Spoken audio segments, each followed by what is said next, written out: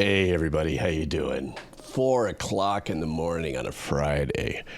Yes, didn't sleep last night, so I go rummaging through my Patreon, and I was feeling, this was a long week. Hurricane Lala. What a name. Anyhow, God, feel sorry for my friends on the Big Island. It was pretty gnarly, but we pulled through like we do. I can't talk. Anyhow, I was thinking. I looked at the list and I said, I am feeling awfully Meshuggah, like as if it's a reset. Like I know when I listen to Meshuggah, I'm going to get a complete reset from tone to rhythm pattern. So I figured we're going to dive into it. I'm grabbing my cup of coffee. There's not even nothing in there. Sorry. It's taking me long to get to this track because my head is like moving like a glacier. Anyhow, the song we're going to be checking out from Meshuggah is called Ligature Marks. It's the official music video. I don't know when the song was released on what album, but this was on my Patreon list, and I thought I would do that for us, for those of us who love Meshuggah. So let's go for that emotional Heimlich maneuver of rhythmic reset with Meshuggah. Ligature Marks. Let's do this. All right.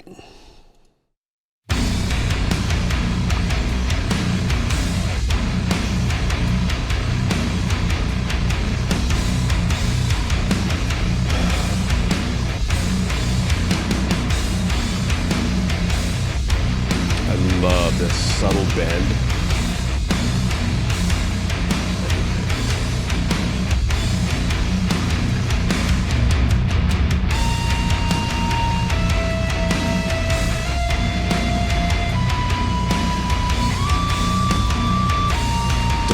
Melody there, yeah. Or some people might say off-putting.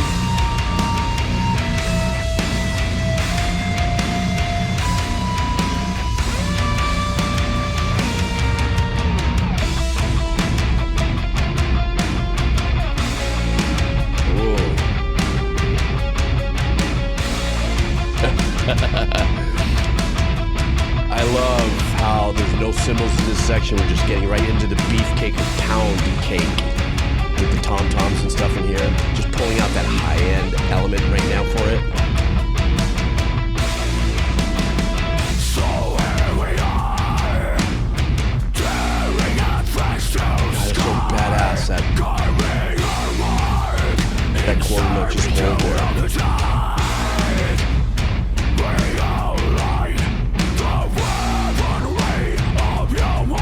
I like the subtleness of the hi-hat just still holding the quarters to keep our head in the game.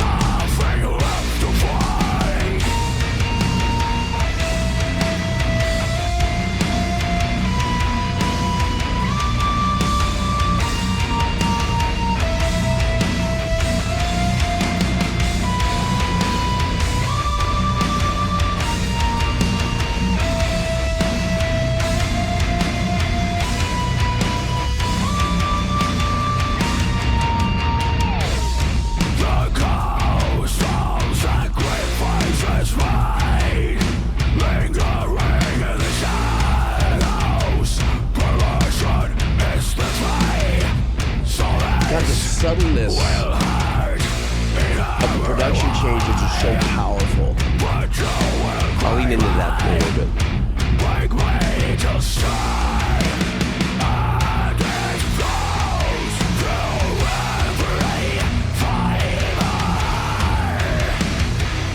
Unexpected, but absolutely joyous change there.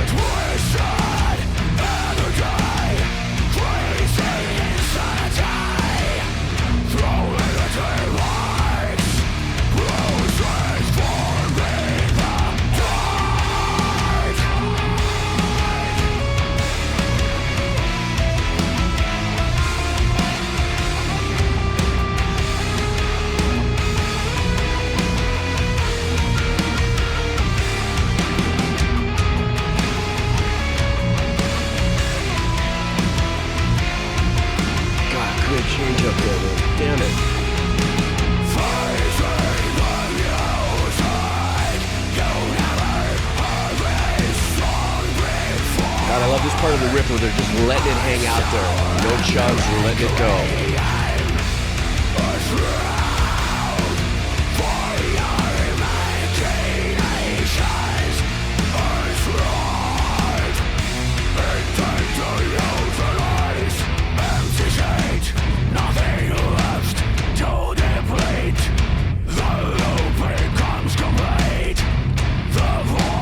What is that, like drop needle fart? That is such a deep ass tone there.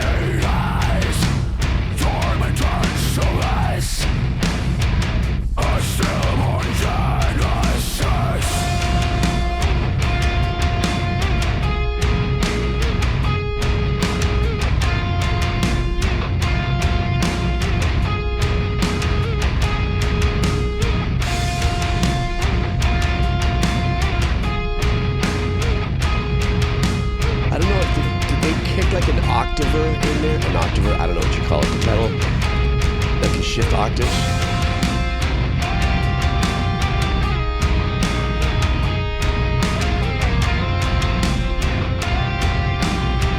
It's like a very uneasy, super cool melody there that you don't know what to pull from and hear from it.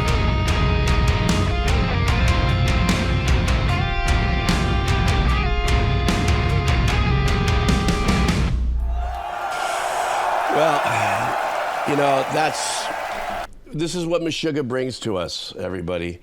From my listening experience, this was not as incendiary, obviously, as a lot of their tracks. I'm a huge fan of how they set up a pattern and let you marinate in it, as if us mortals will actually be able to count it off or try to feel at first like I've got this, I know where the one is, or I know what's happening with the syncopation and all that sort of fun technical music talking. But as far as the pure listener experience, which I wanted to put my head in that zone because I'm just kind of where I'm at right now. The way they set up their pattern, they let you marinate in it, and then it's the subtle little things they do in there, that slight bend that I mentioned at the beginning. And then all of a sudden, by removing the hi-hats and the cymbals and stuff and just, really pounding on the toms through the verses, there was I think like an 8-bar section of where he did that before he got into the verse and singing. What I love about that, and it's something that Meshuggah is so well known for in my listening experience, is they never let you stray away from figuring out what the in this case, the meter is. Something is holding always so if it's not him playing, the cymbals or a ride or something like that, even when the tom-toms are going, if you listen really closely, you can hear the hi-hat holding the 8th note straight, just very subtle. And we pick up on that. It's something we're not really, focused on, but because I listen to music the way I do, this is just what ends up happening.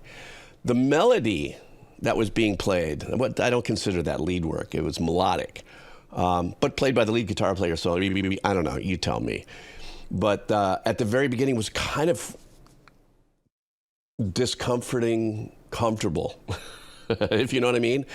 And especially the melody on the way out kind of gave you this odd sense of like, there's like this really odd positive lift in what is otherwise a real dissonant kind of section, that is kind of playing over. And speaking of sections, I thought for a minute that this track was really going to just stay in this really dark pattern and stuff. And once they kind of lit up a little bit and gave it a little bit more motion in their riff, stepping outside of just chugging on that, I don't know what it sounded like. It could have been a C. I don't know. All of a sudden they started showing a little bit of life and a little bit of movement while still maintaining, the people's elbow through the whole thing, leaning right against your throat, the darkness and the heaviness. They start leaning into kind of the riff pattern changes a little bit, gives you the feel of the key change. And then they stayed on that. They leaned on that as then they finish up in the pattern, that they had started, it seemed like earlier. But is it me, or maybe you can help me? it sounded like the last bit of chugging, maybe for the last minute, like they had some kind of, they kicked in like an octave shifter. I don't know what it's called. So that it was, because you can only get so low, I think, right? If you've got your, lowest string tuned, to Beatle fart, that's what that joke was about, because it's so low that Beatles are the only one who can hear it outside of us. The overall extraordinary thing about this is that with what Meshuggah is capable of doing, what they're really brilliant at is being able to give us just enough of a twist in their, rhythmical presentations of their songs and stuff, with the heaviness and the darkness of the sound that just can't help but pull you in. I don't care where you are in a journey of life, what genre of music you're about. There's just something about the work of Meshuggah that you can even play it for, some dream pop fan, and they'd still be able to just like go, bruh. And of course, the vocals are the vocals, and they're phenomenal always. But I liked also, here's the one last thing I do want to say, because I am rambling a bit. What's wonderful about the vocals is that the rhythmic arrangement of what he's doing also adds to the obscenity of how rhythmically, incredibly, insanely tight they are. So already Meshuggah and the musicians, the musicians are already setting that off. His vocal performance is the one that just takes it. Could it get any more pulling rhythmically? Once he comes in with his cadence and his rhythm patterns, that's the joy right there. Anyhow, this was a very laid back reaction, and I just wanted to put that out there. I'm kind of sleepy. I'm drinking an empty cup of coffee. That's where I'm at with this. Listen, have a killer day no matter what's happening in the world, man. There's always some kind of win you can count on. You know what I mean? And also don't forget to put in the comments, I'm still here, if you're still here. You guys take care of yourself. See ya.